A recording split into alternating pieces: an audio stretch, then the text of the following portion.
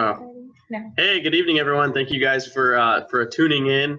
It may not be evening for you. It may be morning or afternoon or whatever time you decide to actually pay attention to this. But we have some information about the heart and the cardiovascular system that you've never heard anywhere else, and that could literally change some of the perceptions that you might have had, some of the things that you might have been told. Because there's a lot of misconceptions around what the heart is and how it functions and how it plays a role in the rest of your health. So we're going to talk about all of that tonight.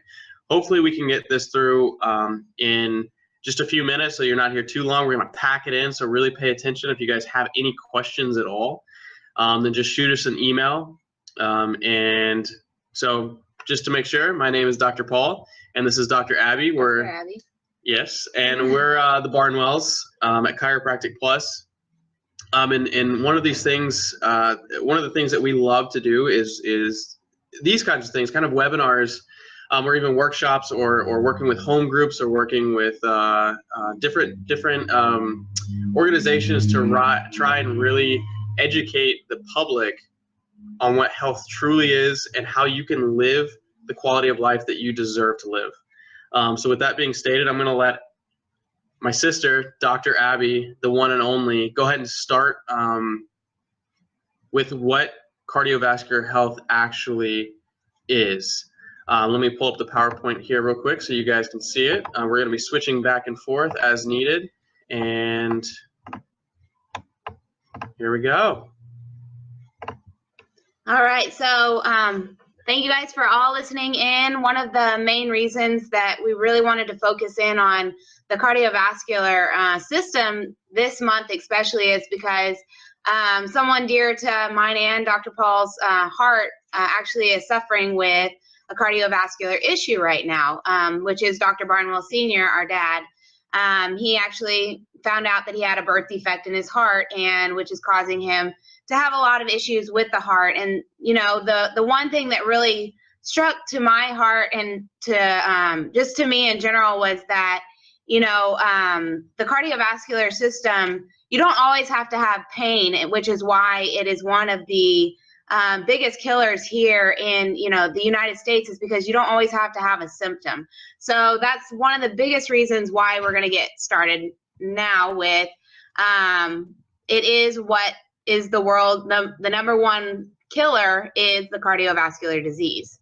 It absolutely is. And I know that a lot of you guys, if you're not a patient here at the office, and you may not have heard, but if you are, what's amazing about the story that Dr. Abby just told is that Dr. Barnwell he has a congenital heart defect. So essentially what that means is he was born with this problem, and normally it's caught really early in the life. So what's interesting is he's having to go to children's hospitals to talk to doctors that have studied congenital problems, because all they see is mostly younger children that have these issues. But because Dr. Barnwell was born into and lives the chiropractic lifestyle, which means taking pressure off of that nervous system, allowing the body to heal itself, that combined with eating the right foods and doing the right exercises, minimizing the amount of toxins that you take, all of that allowed him to live this long, have a successful practice, have a successful family, all without having any heart problems whatsoever. So that's just testament to that.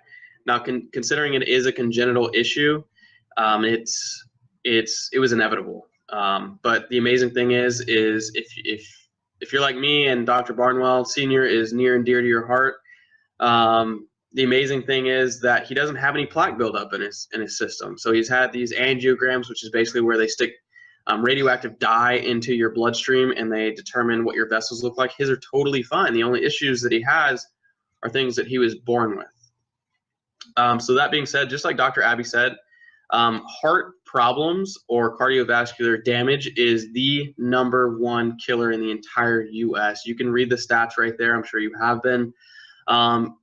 600 to 800,000, 600,000 conservatively in the United States alone die from heart issues or cardiovascular death, which, as you can read, is 1 in 4 deaths. And I can guarantee you that everyone here listening to this knows somebody that has died from a heart attack, has died from a stroke, has died from some kind of aneurysm, plaque buildup, and so on and so forth. Abby, do you have anything to add to that? Well, one thing that I do want to add is that reading through these stats, it should just really open your eyes a lot about, the people around you as well as yourself, and looking at yourself. And we don't want to become a statistic. And so that's really the reason that we're continuing on with this kind of talk.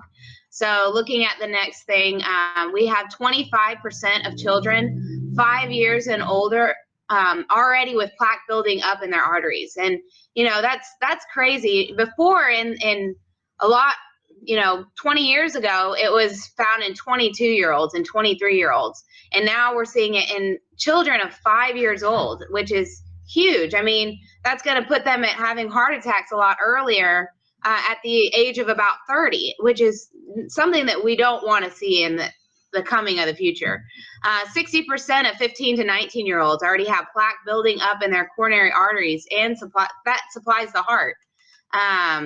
So we definitely, just in looking at that, we have to also protect our children too, and not just the older generations. Absolutely, and that's true. It's amazing to me that children that are 5 years old can actually have plaque buildup in their arteries. It just boggles my mind that that's happening, and that people aren't really paying attention to it. And it's not that people they know the facts and that they fight against it. It's more that we're taught the wrong system. We're taught to eat what we're told to eat, and most of that is brought about by the advertisements and the sort of thing that we kind of grew up on. You get that nostalgic feeling when you eat a certain box of cereal or something like that, which actually over time creates plaque in the arteries and creates cardiovascular disease. You may even be asking, you may be watching this and think that it's not applicable to you. But the problem is most people that have heart disease do not even know it. You can have heart disease for up to 18 years, on average of 18 years, before you have a heart attack, and a heart attack tends to be the first symptom, unfortunately. And so sometimes it's the first symptom, sometimes it's the first and the last, which is really unfortunate in these cases. So moving along here, how many of you guys think, or have been told, or have read about that cholesterol is bad? Everyone, right? We're taught in school, even in grade school, that cholesterol is bad. But I'm here to tell you that cholesterol is actually not bad. Cholesterol is a substance. It's a vehicle for health that your body actually makes. And you might be thinking, well, why are we trying to lower cholesterol then? Because it lowers heart disease rates, right? The truth is it actually doesn't. The truth is that the majority of people that die of heart attacks actually have completely normal or close to normal cholesterol levels. So being high and being low does not matter at all.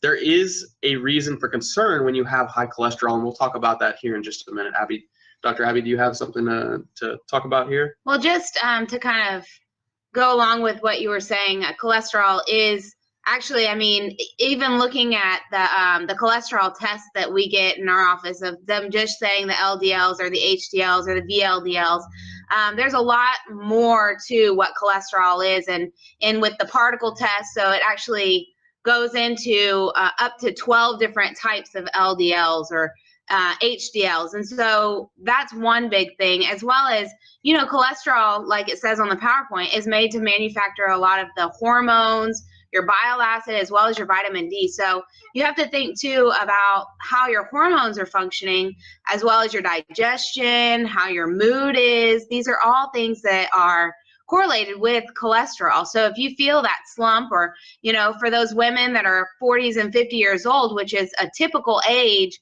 for most, people to be prescribed cholesterol lowering medications, are they also having a hard time with, that change in their lifestyle and having more hot flashes than normal, or having more hormone issues than normal, as well as, men that can't make enough of the testosterone. And so a lot of things like that can also be affected. So That's one big thing. That's absolutely true, and you can read, guys, on the first the bullet point there. It talks about cholesterol is needed to manufacture these hormones that Dr. Abby was talking about. You have to have cholesterol in just about every cell in your entire body. It's crazy. Every single cell has to be covered with a layer of cholesterol. Now, this is for reasons of letting fluid in and out and letting electrolytes in and out. You guys might not know what I'm talking about, but just on a general level, cholesterol is a building block. It's like a Lego in a house that's needed in order to build the same things that Dr. Abby was just talking about, the testosterone, the estrogen, even things like vitamin D. And vitamin D is tied directly to your immune system. So if you have a really low immune system and you're on a statin drug, you're just putting yourself at more risk. And we're going to talk about that here in a few minutes, but statin drugs you've probably heard of, things like Lipitor, Movicor, Lovicor, all of these things are actually extremely dangerous. They are one of the highest prescribed medications of all time. 1 in 4 adults over 40 years of age are on a statin drug, and we're going to kind of blast that completely as to why they should be or shouldn't be here in just a few minutes. You can go ahead and flip the slide here, Abby. So I want you guys to read these few lines here. They're gonna, if you really read them and take them to heart, it's gonna change the choices that you make in the future. When you go to the doctor, when you go to the store, when you go to to go eat or whatever, these are the types of things that you need to know in order to make the right choices. So specifically, this top one is my favorite one because it talks about the oxidation of cholesterol, which is actually the bad side of cholesterol. So we talked about cholesterol being good or bad. It's actually good, but it's the oxidation of it that's bad, and it's going to be oxidized in the body if there's a lot of it. Even if there's a little bit of it, it becomes oxidized, but the more of it, the more oxidation that you have, the more problems that you have. The body is incredibly brilliant because at the same time it's making cholesterol, it's making something called CoQ10. You guys might have heard of CoQ10, you may not have. What that does is it's an extremely strong antioxidant. So even if you don't know what that means, oxidation and antioxidation. So they work in tandem together to help the body accomplish a command from the brain, essentially.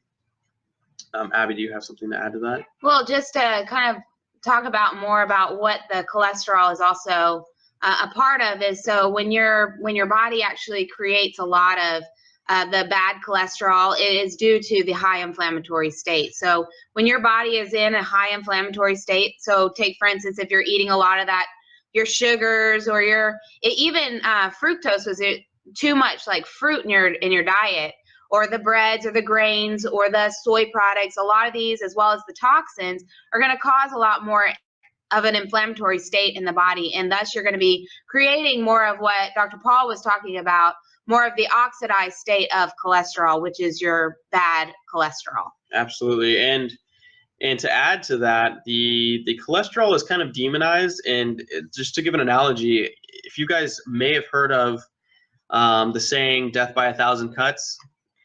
If you imagine having 1,000 cuts and you're putting Band-Aids on all of them and then you end up dying, a statin drug is literally like blaming the Band-Aids for your death rather than the actual cuts.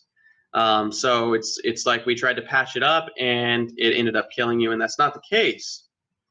Cholesterol is sent out by your own liver in order to decrease inflammation. There's several different kinds, and we'll talk about that here in a few minutes. But just like we said before, the second one is that more people actually have heart attacks with completely normal cholesterol rather than having high cholesterol. The third is just restating that, and then the fourth is exactly what we were just talking about before. Statin drugs do a fantastic job at lowering cholesterol, but by doing so, they don't get to the actual cause, and you still have the same amount of mortality by things like heart attack and stroke. So just to reinforce, just at the bottom of this section, you can see the blue section. Cholesterol is the good guy. Cholesterol is what's used to repair the body. So if you're sitting there right now and you have high cholesterol, there's a reason for that. Yes, you should be alarmed, but you shouldn't blame cholesterol. There's another problem, and the body is trying to create more cholesterol in order to repair it. Now, keep in mind, this is about 98% of people. There are about 2% of people that have chronically high cholesterol for absolutely no reason whatsoever. That's a genetic problem. But considering the statistics, it's unlikely that that's the case. Most of the time, it comes with lifestyle. So on to the next slide. Dr. Abby here is going to talk about some of the dangers of the statins that we talked about, the Lipitor, the Zocor, the Movicor. All of these things have serious side effects, and Abby's going to list them here. All right. So basically what cholesterol medication, some of the side effects is like liver damage, neuropathy. So that's like you might feel nothing in your legs, or you might feel tons of tingling in the legs. Severe joint pain and ligament rupture, muscle wasting, heart failure, which is the big one that we're talking about tonight, limits production from the cholesterol against cancer, depression, and it stops CoQ10 production, which is what Dr. Paul was talking about as that great antioxidant for the body. I know that I see this in a lot of our patients. And another big one that I see is the you get skin rashes, and that again is a sign of somewhat of a liver damage to the body. Absolutely. So, I mean, come on, guys. Do you want the trade-off of having lower cholesterol with no change in heart attack mortality, combined with severe joint pain and ligament? I mean, is it worth it? Do you really want your ligaments to rupture, or muscle wasting, or even if it's as little as brain fog? I mean, it's just which comes from the CoQ10 production, which is why depression is right above that. It's not a good trade-off. It's really not. There are better ways to deal with this, mostly lifestyle, and then a couple of supplements, as well as getting your spine checked that we're going to talk about here in a few minutes. Let's go on to the next slide. This is talking a little bit more about the dangers. Just like I said, with most of the cells in your body, they're completely covered by cholesterol. So one of the first bullet point that you see there, the problem, when it talks about brain tissue, it's 60% cholesterol. Now that's a lower number than I've seen. There's different statistics based on different studies, and 60% is the more conservative one. So let's say we completely cut out cholesterol. Let's say we cut it by 90%. Your numbers go way down. You're feeling good about your numbers because you went to your doctor and they say that you're totally fine now that you're taking your statin drug. What you don't realize is that inflammation is still building up in the body and that your brain is not protected. That goes back to all of these things. So neuropathy, so brain cells, nerves. If we're destroying the cholesterol, then we're opening up the nerve cells, and we're creating a pathology for the nerves, which is where that word comes from, neuropathy, which is why it's so important, and we can't drill that in enough. The other problem with statin drugs is that, and we'll show you this in a few minutes, or just a second here, it basically cuts out an enzyme that produces cholesterol, but it also stops CoQ10, which is the antioxidant for the oxidant, essentially. So there's the oxidant, which is cholesterol, and the antioxidant, which both have their jobs. If you are on a statin drug, you need to be taking CoQ10 like yesterday. It's extremely, extremely important. On to the next slide. So this is the area that we were just talking about, where the statin drugs come in. Now this looks really complicated, and it actually kind of is. You can see all the different words and such like that. But if the main point that I want you to see is at the very top. So if you look up at the very top, you'll see the word statins. So this is a list of what the body goes through to create cholesterol and to create CoQ10. What the drugs do is they come in here and they just slice this area right in half, that first and second step in the downward list here. Now this does a great job at stopping cholesterol from being built, but CoQ10 is right here down at the very bottom. If you can see on the left on the bottom, it says CoQ10. So that's cutting off both of these things. So you don't need to know all of this. You just need to know this. Now, one of the other things that's really important that we didn't talk about is that magnesium regulates the coenzyme within this cycle here. So if you are taking a statin, it doesn't mean that it cuts off every single time any cholesterol is made. It means it cuts off a lot of it. So with the remaining amount that you do have, you want to be taking magnesium so that it's better regulated. You want to be taking CoQ10 so that you have more energy for your, pardon me here. So you have more energy for your cells, because CoQ10 is one of the primary coenzymes for your body to use mitochondria. Mitochondria is your cell's energy stores. It's basically the muscle of your cells.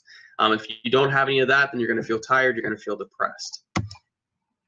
So we're going to talk about some of the best ways that you can get supplementation of CoQ10 in your diet. Now, not just diet, but also supplement. One more thing I want to say about this before I hand it over to Dr. Abby is that if you're over 40 years old, the amount of CoQ10 that your body naturally produces is about half of what it was when you were 20. Now that's huge. So if you're feeling tired, if you're feeling lethargic, anything like that, then this is one of those things that you might want to try picking up even if you don't have any known heart issues, because it can really change the way that your cells express health. All right, Abby, you can go ahead with that, Dr. Abby. All right, so just one thing that we always say is that if you need to get the CoQ10, then we have a great one at our office. It actually has the lipoic acid in it, which is going to help you to absorb it better, and just overall you get it into your system a lot quicker. So should I lower my cholesterol? And this is a big question that we've been talking about. I know that a lot of doctors always say, you know, you got to reduce it, but like we were talking about, definitely is it depends on the type of cholesterol that you have in your body. Yeah. Absolutely. So this is kind of a trick question, really. If you guys have been listening, then and you asked this question, then you might have missed the point. So the question should not be, should I lower my cholesterol? The question should be, should I lower my inflammation so that my body doesn't need to create as much cholesterol to deal with the problem? So this is the big difference that we talk about a lot in the office is, do you want to get to the cause of the problem, or do you want to keep covering up symptoms? That's exactly what we're talking about here. So no, you shouldn't necessarily focus on your cholesterol, but the cholesterol should be the fire alarm going off that allows you to determine where the fire is actually at. One thing that I did want to say about the CoQ10 is that if you just get the supplement from Walmart or Costco or that sort of thing, there's studies that have shown about 1% of that is actually absorbed. So there's much more that's needed within the quality of the supplement for you to be able to actually absorb it, because you're just wasting your money if you're taking it and it's coming out the other end. So let's talk about blood pressure. There's a lot of people out there that have really high blood pressure, more people high than low. But do you guys know why your blood pressure should be high? I mean, just look at this picture, right? It's a guy that's being chased by a giant animal that probably wants to eat him or stomp him or whatever the case may be. Should his heart rate and blood pressure be high? If you guys were in the room, I would make you answer, but you're not. So absolutely, yes, his heart rate should be high. If it wasn't, he would get stomped all over and ended up dying. So that's the exact same reason why most Americans' blood pressures are high, not because they're being chased by a physical giant animal, but the giant animal of stress with family and relationships and the things that are required of us in our culture, as well as financial responsibility, expectations, all these things. I mean, you guys know what I'm talking about, right? So the role of stress can be good or it can be bad. Abby, Dr. Abby, why don't you tell us about some of the good stress or some of the bad stress first? That's probably a better way to start. So bad stresses in your life might be the chemical stresses that you're constantly surrounded with, the foods that you're eating. So if you're eating like the man in the bottom right-hand part of the screen, a big old cheeseburger from probably a fast food restaurant. Of course, like we all have our family stresses and those kind of things, running kids here and there, and really just, you know, there's so many different types of bad stresses out there that are bombarding us. Absolutely. So the same is true with good stress. So our bodies are meant to be able to handle different stresses. Dr. Abby alluded to the bad stress, which is thoughts, traumas, and toxins. If you want to generalize them, that's what it comes out to. Bad thoughts, you can see in the first picture there. traumas, like the lady in the second one, she's about to fall over, it looks like. And then the third one is toxins. So it's cheese, you know, the guy's eating a big cheeseburger and he doesn't look very healthy. And he's stressed out at work. So there's some good stresses. Now, some of you guys have played sports in your lifetime. Let me ask you, going into a game, you're a little bit stressed out, right? Or going into a presentation or getting a project done or that sort of thing. It can be a little bit, it can be stressful, but it's a good kind of stress because it's productive. The way that the stress works is that it challenges us to become better. Now, that's a good thing. Now, if we're not managing that stress or we're letting things like our fast-paced culture get the best of us, then it's going to turn into bad stress, and that's going to create that same fight or flight response that this guy is getting from the hippo that's chasing him from behind. So the problem is not that the hippo is chasing you, it's that it's chronically chasing you for years and years and years. And what this is going to do is increase and change your hormone levels, specifically things like cortisol, which I know you guys have heard about. Cortisol is pretty, it's demonized. It's actually not a bad hormone, but too much of it is absolutely a bad hormone. So if you do have high blood pressure, then there's only a number of things that can be happening. One, like I said before, there's a very, very small chance that you have high blood pressure that is genetic related. It's less than you would think. A lot of people come to the office, they have high blood pressure, and they several years later, they don't have high blood pressure anymore because it wasn't genetic like they thought it was. The only other reasons that could be happening is because you have damage somewhere. So the body is creating a response. The other thing is you have chronic stress in your life, whether that be relationships or financial and so on and so forth, like we were talking about, as well as a terrible diet and chronic inflammation. This also creates that fight or flight response. And a lot of these things are vicious cycles as well. You start getting stressed out, so you stress a little bit more and you stress a little bit more, and you can never seem to get out of it. But through the essentials that we teach, we can help you do that. So Dr. Abby, what do you think, just like this slide talks about, what do you think that most, if you went to the doctor with high blood pressure, what do you think they would tell you to do? Typically, they just tell you to get on a medication to help lower that. So how long would you be on that medication? For life. They typically don't. I mean, if you've changed your diet and exercise, but they mainly put a huge emphasis on the actual taking of a medication, which is really detrimental to the patient itself because, yes, you're going to take that medication and you're going to test yourself. You know, you go to the Walgreens and you test yourself, and yes, your blood pressure has gone down and those kind of things. And so you're tricked into thinking that, oh, now I'm healthy. But really, they also, I mean, in most offices, they will tell you, okay, eat a healthy diet. They don't really go into a lot of details about that. And in fact, they go and tell you to lower the salt and lower the total fat, which is actually going to damage you even more because of the whole cholesterol myth that they were talking about again. And, you know, they give you a little brief about what type of exercise that you're going to do. So really, they're doing you a huge disfavor in the long run because of the recommendation of taking the medication. Yeah, it's totally crazy. This slide sums it up. The expert advice will never fix the problem. There's a lot of variables in this, but you have to find out where the cause of the problem is coming from and not just covering it up. If you guys have been in the office at all, you've probably heard the analogy that we like to use. It's just like I stated before, actually, in this webinar. It's like having a fire in your house and just taking the batteries out of the fire alarm. It's never going to work. You can keep the batteries out of your fire alarm as long as you want, but the problem's still going to be there.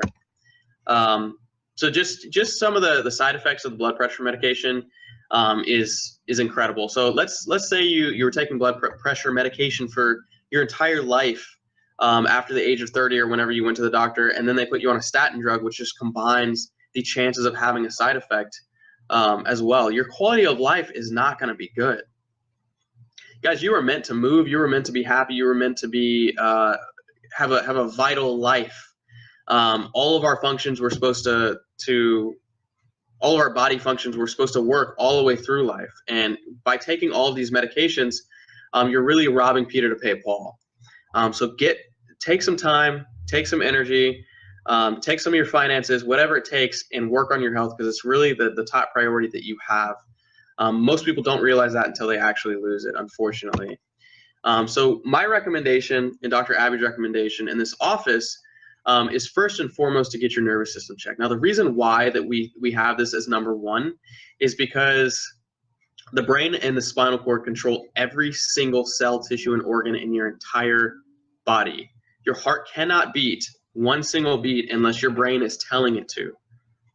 Your brain has no idea what's going on unless it's feeding through the nervous system and up. So if you have pressure on that nervous system over time, over decades, over many, many years, that heart is not going to get stronger. It's going to get weaker if there's a problem. Second is maintaining your nutrition, making sure that you're eating the right things and not necessarily the things that are considered correct by our modern FDA and so on and so forth, because they're most of the time it's old science. It doesn't necessarily work well with all of our current diseases. So maintaining the proper nutrition, which we talk about in this office. We also talked about a lot of the supplements, things like CoQ10, vital. Be taking it, especially if you're on a statin. You need to be taking it right this second. Another one that we didn't mention is B complex. The reason why is because specifically vitamin B6, which is niacin. You might have felt that niacin rush. It actually naturally lowers cholesterol. And now when I say naturally, I mean that the body takes it in and uses it as necessary in order to lower the cholesterol as it sees fit. Exercise is huge. Guys, if you're not exercising now, you have to be exercising. Your body was meant to move, and I don't mean just working. However you work, you need to be able to move all of your joints and all of your muscles, supply oxygen to all of these, the very far reaches of your body, because that's the only way that the antioxidants are going to make it to the oxidized areas, as well as regulating your neuromuscular skeletal system, which is what we check here in the office. Minimizing your toxic load. Not only are you doing that by eating the right foods and minimizing any fast food or any candy or any sodas or any of that kind of stuff, but also minimizing things that you might not really think about, like makeup or soaps or different things that actually put a load on the cardiovascular system, because everything that goes into your body is going to go through your entire system. And lastly, which we normally put first, is a positive mindset. And it's not just a positive mindset, but you're gaining this right now because you're learning things that other people do not know about their health. The first thing that you can do to correct your health is know how to do it. And that's what we're trying to provide for you guys right here. All right, Dr. Abby, do you want to talk about the COX-2 inhibitors? Yeah, we can talk about the COX-2 inhibitor. So when this is actually basically what happens when you actually get a basically the arteries actually start to plaque. So basically what happens is that you have an inflammatory process in the body, in which if you're in a high inflammation state, what happens is there's chemicals that are actually released in the arterial supply. And when those chemicals are released, they start to damage that lining of the artery. Then all of a sudden, because of that damage, then the arteries are actually going to constrict. And they're actually, when you have a constricted artery or a smaller artery, it is actually more apt to clot that arterial supply. And again, when that clotting happens, or when you start to see that, then you end up with a lot of your white blood cells that are actually going to come out, and they're actually going to try and clean up that debris that's inside the arterial supply. And over a long period of time, you actually create scar tissue within the arterial supply, thus causing more issues and thickening of that arterial supply, causing you to have a bigger issue with the artery. So then again, when we hear about clots and stuff and them becoming very dangerous, is when that clot will actually break apart from the arterial supply and travel through to the lungs or to other areas that's going to block. Yeah, I gave Dr. Abby this slide because she's kind of a science nerd, so she loves to talk about this kind of stuff. She's really knowledgeable in all of these things. I know that most of you guys probably don't care about this much depth, but it is really important. So the next step we're going to take is really some action steps that you can take, specifically with your diet, just like we talked about. So just like the headline says, sugars, grains, and refined carbs, completely cut them out. If you're having any sort of inflammation, if you're having any sort of brain fog, if you're having any sort of depression, if you're having any sort of cardiovascular problem, the first thing that you want to do is take out all sugar. Now, am I saying that it's bad to eat fruit? No, I'm not saying that. But in the state that you're in, if you're in a sick or a fight or flight state, you've had enough. You need to cut it off and decrease your blood sugar and let your hormones regulate without all of that added sugar.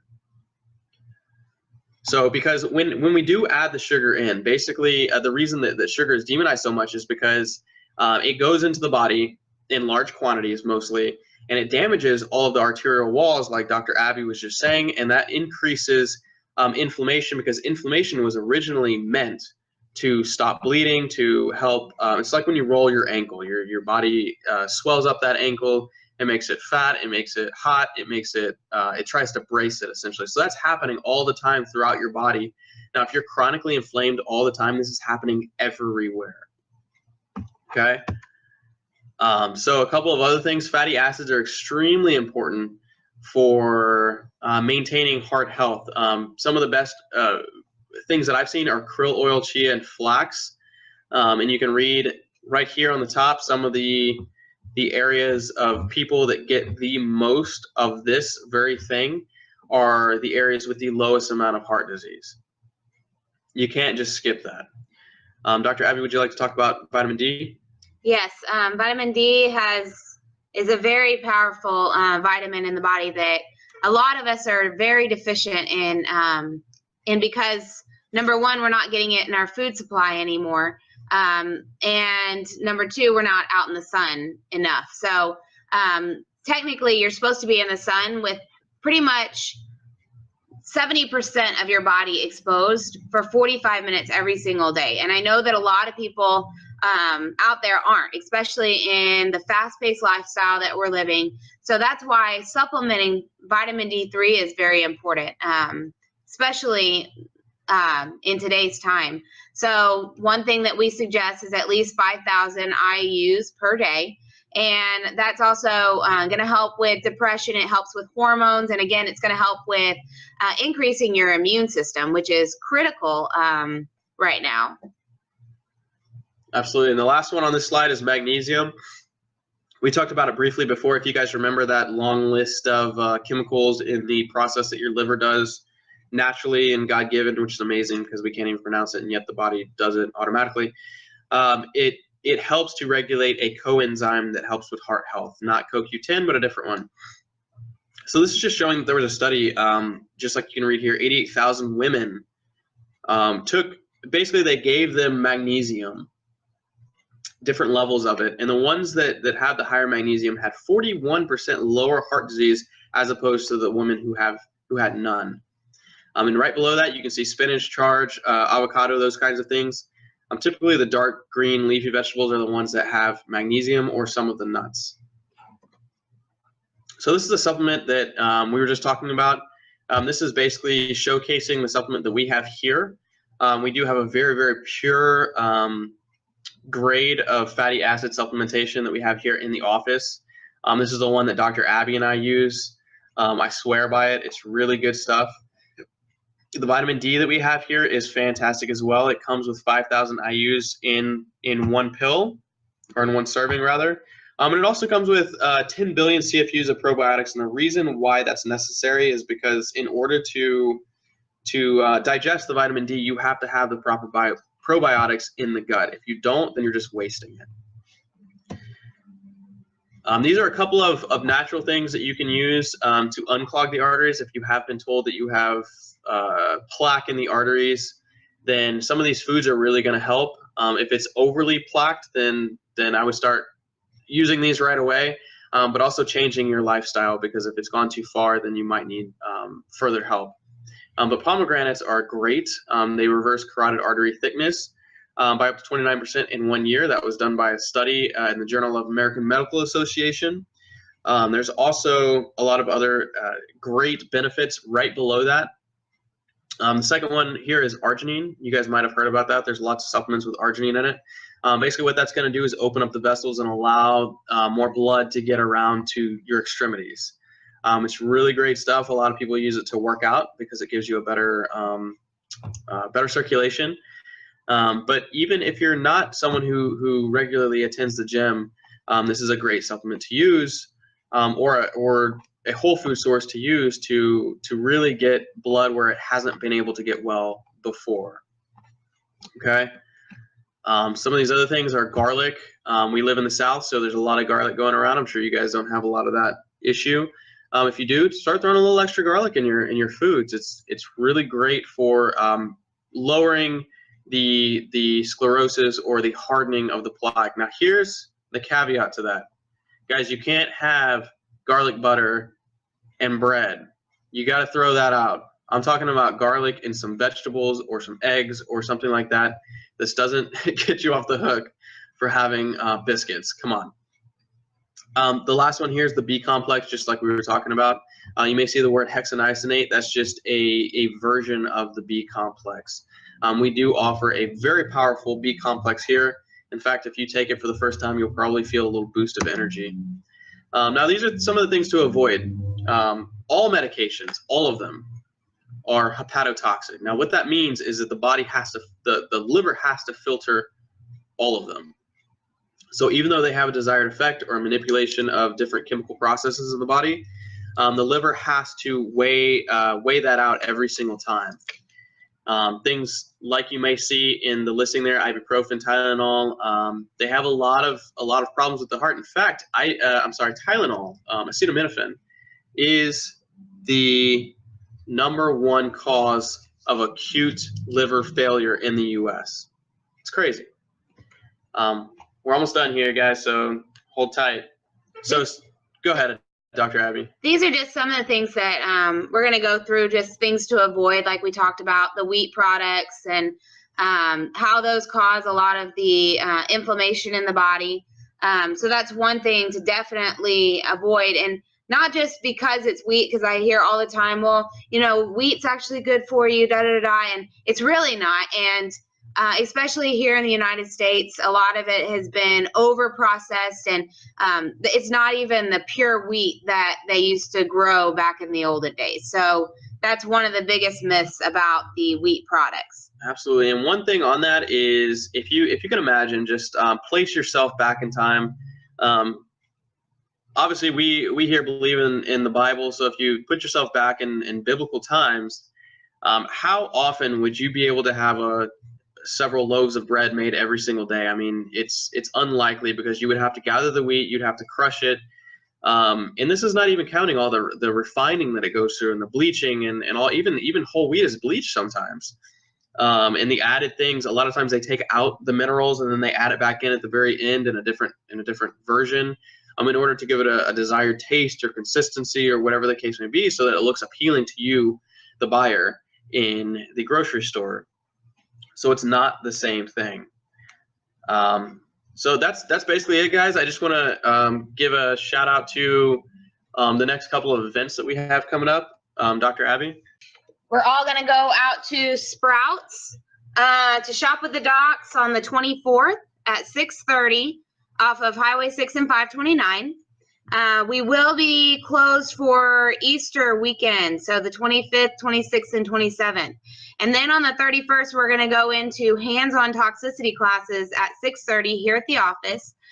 So those are just some of the things that are coming up, and you guys to get excited for. We're also, for anyone that's listening in to the webinar, we have discounts on all the supplements that we talked about today, such as the CoQ10, as well as the B complex, the omegas, the D3s. So definitely get those discount codes that we're going to put down at the bottom of this page, as well as if you're interested in coming into the office to get your nervous system checked, because that is the #1 things to get checked. Because I mean, you can go months without food, you can go weeks without you know, or you can have days without water, you can go minutes without air, but you can't go 1 second without your nerve supply.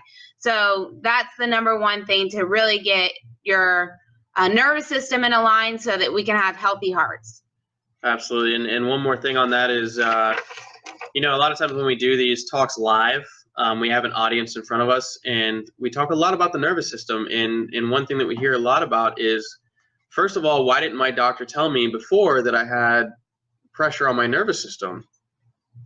We get that a lot, and the reason why is because they weren't necessarily trained to look at that sort of thing. They're looking for pathologies.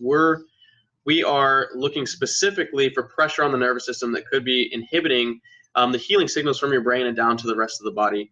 The other thing that we hear a lot of is that, you know, how can I tell my brother about this, or my mom, or my sister, or my daughter, or whoever? And really, the only way is to get them checked. I mean, they're never going to know unless they get checked. And the only way they're going to get checked is if you tell them about it. So if this has helped you at all, or if you feel like you've been helped in the office at all, then pay it forward and just tell your friends or your family to come and check it out and see what their nervous system actually looks like. So on that, just keep us in your prayers as far as Dr. Barnwell's going, Dr. Barnwell Sr. And we love you guys, and we thank you for checking us out and for viewing. And we look forward to seeing you in the office. Thank you. See ya.